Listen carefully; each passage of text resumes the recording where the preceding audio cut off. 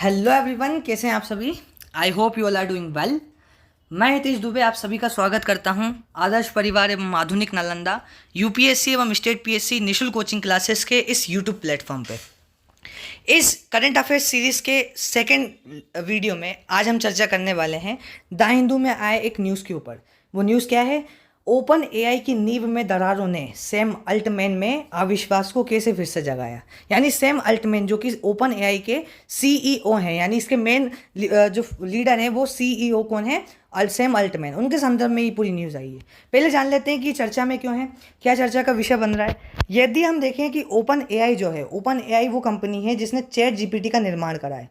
Chat GPT वही chat GPT जिसको बोला जाता है कि वो मानव की जो बुद्धिमत्ता है उसको टक्कर दे रही है। यानी जो आर्टिफिशियल इंटेलिजेंस का एक टूल है चैट जीपीटी, जो मानव की बुद्धिमत्ता को आज क्या कर रहा है, एक टक्कर दे रहा है। उसी की निर्माता कंपनी का नाम है ओपन एआई।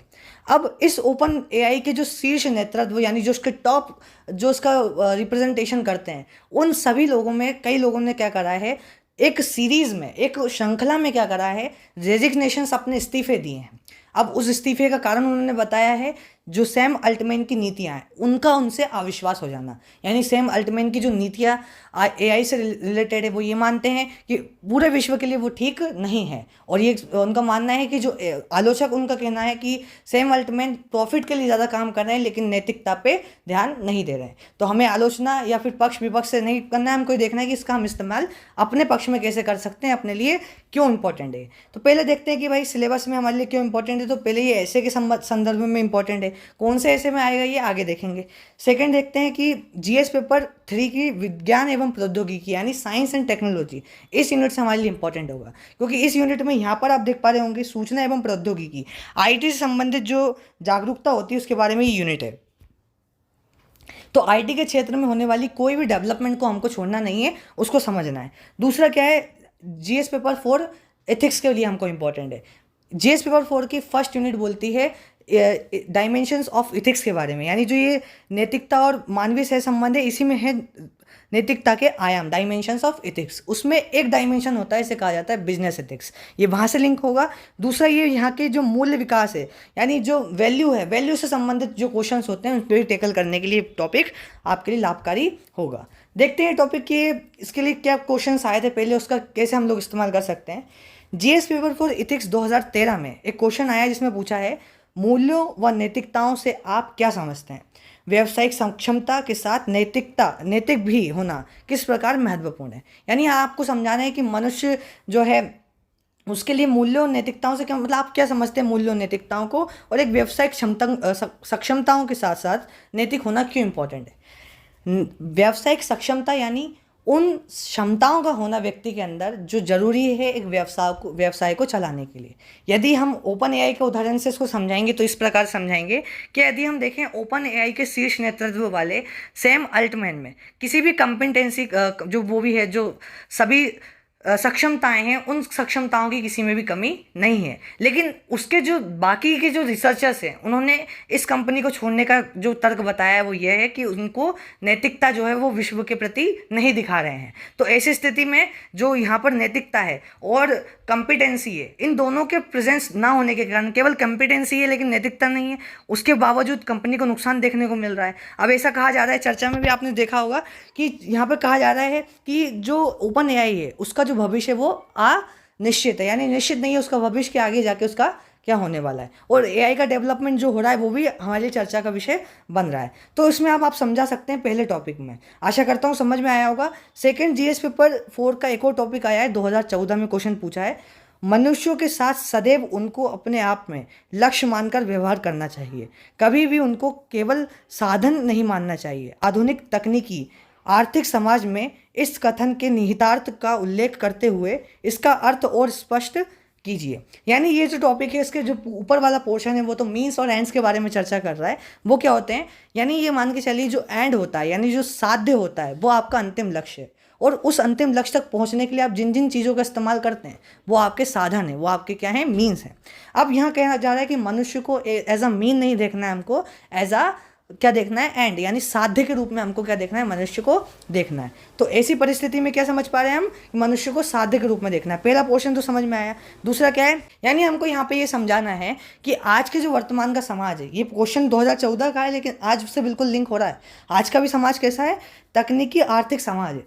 उसमें जो मतलब उसके संबंधित जो चीज़ें, उसका महत्व आपको स्पष्ट करना है। तो इस संदर्भ में, इस क्वेश्चन के संदर्भ में भी आप इसका उत्तर दे सकते हैं। एक और क्वेश्चन जो पूछा गया है वर्ष 2014 में ऐसे में, वो क्या है, with greater powers comes greater responsibility. अधिक शक्ति के साथ उत्तरदायित्व भी बढ़ जाते हैं। अब इसमें क्या है, मुख्यतः अपने को ये देखना है कि इस टॉपिक में क्या बोला गया है। हमको इस टॉपिक से ज़्यादा कुछ नहीं देखना है, बहुत संक्षिप्त में चर्चा करेंगे। तो इसमें हमको ये देखना है कि जो एआई है वो क्या कर रहा है, दिन ब दिन अपनी भूमिकाएं जो बढ़ाता जा रहा है, दिन ब दिन इसकी जो एप्लीकेशन है वो भी बढ़ती जा रही हैं। यानी एआई की शक्तियाँ जो हैं वो दिन ब दिन बढ़ती जा रही है। अब एआई की शक्ति का वृद्धि हो रही है तो दायित्व किसका बढ़ेगा, पूरे विश्व का, कि वो एआई के दुरुपयोग को बचाए। तो इससे हमको संदर्भ में आप बता सकते हैं with greater powers comes greater responsibility में, कि इस तरह से हम इसको लिंक कर सकते हैं। नेक्स्ट देखते हैं कि इस चीज़ में, यानी जो एआई है, आर्टिफिशियल इंटेलिजेंस है, कृत्रिम बुद्धिमत्ता है, इसको विनियमित करने के लिए ईयू जो है, यानी यूरोपियन यूनियन जो है, उसने क्या क्या प्रयास करें। यूरोपियन यूनियन ने एक एआई एक्ट पारित किया है। इस एआई एक्ट के अंतर्गत ये बताया गया है कि यदि इस एक्ट के अंतर्गत आने वाली किसी भी चीज़ का उल्लंघन एआई कोई भी कंपनी करती है तो जो उपभोक्ता हैं उसकी शिकायत जो है वो कर सकते हैं। साथ ही साथ उसमें ये भी बताया है कि इसमें चेहरे की पहचान तकनीक और मानव व्यवहार में हेरफेर करने के लिए एआई के उपयोग पर स्पष्ट प्रतिबंध शामिल है। यानी इसमें ये बताया गया है कि अगर आप किसी व्यक्ति के व्यवहार को मतलब हेरफेर करने का प्रयास करेंगे, चेहरे की पहचान तकनीकी के ऊपर कुछ काम करेंगे, तो इस पर सख्त मना करा गया है ईयू के बारे में। साथ ही साथ ईयू के अंतर्गत आने वाली जो सरकारें हैं, जो 27 राज्य हैं, उनकी सरकारों को ये निर्देश है कि सरकारें सार्वजनिक क्षेत्रों में वास्तविक समय बायोमेट्रिक निगरानी का उपयोग केवल आतंकवादी हमलों जैसे गंभीर खतरे की स्थिति में ही कर सकेंगी। तो यानी जो बायोमेट्रिक टेक्नोलॉजी है उसका इस्तेमाल केवल गंभीर खतरों की स्थितियों में ही करना है। ये सारे जो प्रावधान थे किसके थे, ईयू के थे।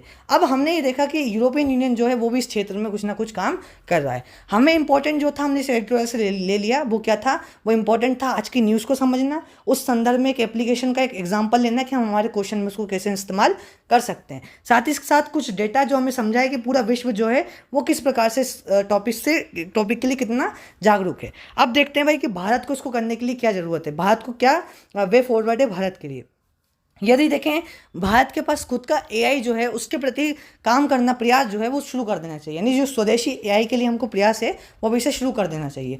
यदि हम देखें अमेरिका के बाद जो बाकी के जो पूरा वर्ल्ड है वो धीरे धीरे क्या कर रहा है, अपना स्वयं के एआई बनाने का, डेवलपमेंट करने का प्रयास करना शुरू कर चुका है। तो अब हमको क्या करना है, हमें अपने प्रयासों में तेज़ी लानी है ताकि हमारा स्वयं का भी आर्टिफिशियल इंटेलिजेंस डेवलप हो सके। सेकेंड चीज़ ये है कि इसके साथ साथ जैसे ही एआई बढ़ रहा है उसका दायित्व भी, एआई की शक्तियाँ भी बढ़ रही हैं और उसके साथ साथ विश्व में दायित्व भी बढ़ रहा है कि वो क्या करे, इसके लिए इसमें विनियमन करने का काम भी करे। तो आगे की राह में दूसरा पॉइंट हमारा ये है कि हम इसके विनियमन के लिए कुछ और प्रयास जो है वो करना शुरू करें, ताकि जो कुछ दिक्कतें हो रही हैं, जैसे कि डी फैक्ट, तीसरे पॉइंट में लिखा हुआ है, डी फैक्ट जैसी जो चुनौतियाँ पूरे विश्व के लिए बनी आ रही हैं, इन जैसी चुनौतियों से हम पार पा पाएँ।